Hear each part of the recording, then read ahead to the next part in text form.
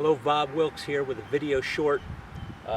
Today we're at Mike's driveway, and Mike has a separation in his Trim-A-Slab.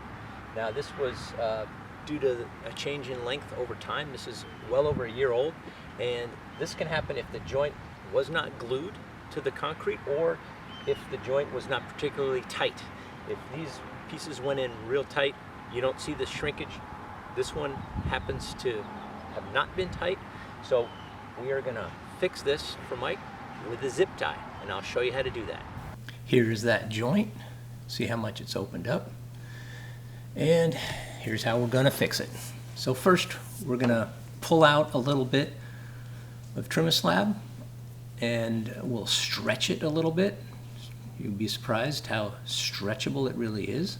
This is also a way you can glue repair. You can pull some out, stretch it, and then glue it down. But we're going to show you the drill method with the zip tie today. And for that, we're going to drill some holes with a bit that's big enough to fit the zip tie in that vertical web. You can see the vertical web here. And I'm going to do two, one above and below that middle member. This is a piece of 1 inch size Trim-A-Slab, so it'll easily fit two zip ties.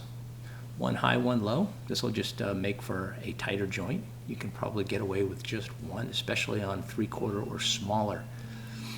All right, so feeding the zip tie through is pretty straightforward.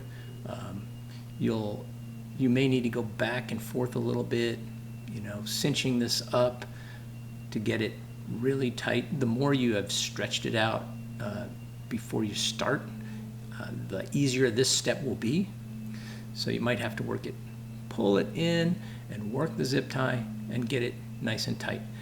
All right, then the same procedure goes with the second zip tie. Now the type of zip tie you use here is not important. These are not exposed to the sun, so you don't have to worry about getting a black zip tie or something like that that might be more UV resistant. You can use pretty much any plastic zip tie, and it will be tucked underneath and unexposed, only exposed to basically water. Now once this is all done, you can of course snip these ends off, but if you're in a hurry or you're lazy, you can do what I'm about to do right here. I am just tucking these in underneath and just push them up under there, like kind of there, and then once they're out of the way, you just push your Trim-A-Slab back in, and there you go.